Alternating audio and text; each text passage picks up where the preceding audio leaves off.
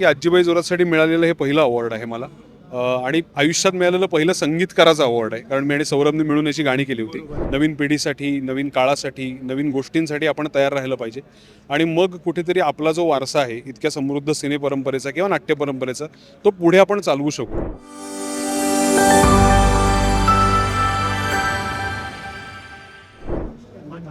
कोणत्याही चित्रपट सोहळ्यामध्ये, कोणत्याही नाटक सोहळ्यामध्ये जिथे दिग्दर्शक क्षितिज पटवर्धन असं नाव आहे त्यांना, तेव्हा त्या क्षितिज पटवर्धनला एक ॲवॉर्ड सोहळा किंवा एक ॲवॉर्ड हा असतोच असतो. ही काळ्या दगडावरची पांढरी रेघ आहे. ते असं ना की मी उतरतोय तर भाई आपल्याला फिक्सच आहे. दादा काय सांगशील, किती ब्लेस्ड वाटतं. 2025ची सुरुवात झाली आहे. 2025ची सुरुवात एवढी गोड झाली आहे. 2024मध्ये जी कलाकृती प्रेक्षकांसमोर ठेवलीस त्याचं सुद्धा एक खूप चांगलं कौतुक मिळालं आहे. काय नाही, मला सगळ्यात आधी तुमचं कौतुक करायचं. मला लेट्सअपचं तुमचे बाईट्स आणि शॉर्ट व्हिडिओज खूप आवडतात. खूप चांगलं काम करताय, हा सगळ्यात पहिला मुद्दा. दुसरा असं की आजीबाई जोरासाठी मिळालेलं हे पहिलं अवॉर्ड आहे मला आणि आयुष्यात मिळालेलं पहिलं संगीतकाराचं अवॉर्ड आहे. कारण मी आणि सौरभने मिळून याची गाणी केली होती.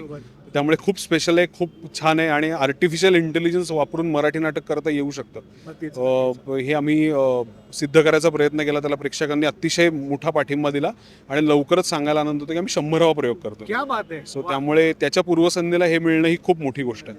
नाही, मला सुद्धा आठवतं कारण का जेव्हा मी निर्मितीताईचे इंटरव्ह्यू घ्यायला गेलो ना या संदर्भातले, त्याच्यानंतर अभिनय असेल त्यांचे सुद्धा इंटरव्ह्यू घ्यायला गेलो, तेव्हा त्यांच्या मनामध्ये सुद्धा हाच कन्सेप्ट होता की पहिल्यांदा असा सब्जेक्ट येतोय.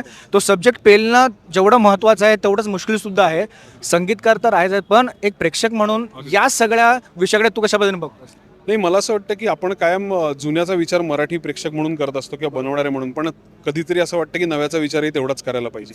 नवीन पिढीसाठी, नवीन काळासाठी, नवीन गोष्टींसाठी आपण तयार राहिलं पाहिजे आणि मग कुठेतरी आपला जो वारसा आहे इतक्या समृद्ध सिने परंपरेचा किंवा नाट्य परंपरेचा तो पुढे आपण चालवू शकू. म्हणजे अजून 30 वर्षांनी अभिजात काय होतं तर 60 वर्षापूर्वीचं नको सांगायला, 30 वर्षापूर्वीचं सांगायला पाहिजे. तर ते घडवण्याचा प्रयत्न की या काळाशी सुसंगत अशा कलाकृती जेवढ्या जास्त होतील तेवढं जास्त प्रेक्षकांचं मनोरंजन होईल आणि त्यांना आनंद मिळेल. म्हणजे मला पर्सनली आवडतं हे उत्तर, कारण का ज्या पद्धतीने बाकीच्या दिग्दर्शकांसोबत सुद्धा गप्पा मारल्या, पण तुझं उत्तर मला मनापासून आवडले की आता जे सुरू आहे त्याच्यावर बोलणं तेवढंच गरजेचं आहे.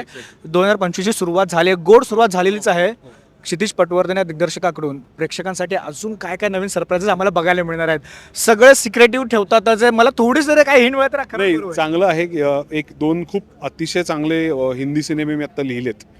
ते यावर्षी प्रदर्शित होतील. त्यातल्या एकाचं यावर्षी काम पण सुरू होईल. मराठी सिनेमांचे पण स्क्रिप्ट्स रेडी आहेत, त्याचंही काम चालू आहे. 3 ते 4 चित्रपटांची गाणी लिहिलेली आहे, तर ते अतिशय चांगलं चालू आहे आणि नाटकही नवीन लिहिलेलं आहे. सो असं एक लिहून सगळं तयार आहे. आता हळूहळू एक एक एक एक मार्गी लागेल. म्हणजे असं बोलायला काही हरकत नाही की 2025 हे पूर्णपणे चांगल्या पद्धतीने बिझी आहे कामाच्या. हो, नक्की नक्की नक्की 100%. नाही, खरंच खूप भारी. तुर्तास आता मी इकडे थांबतोय.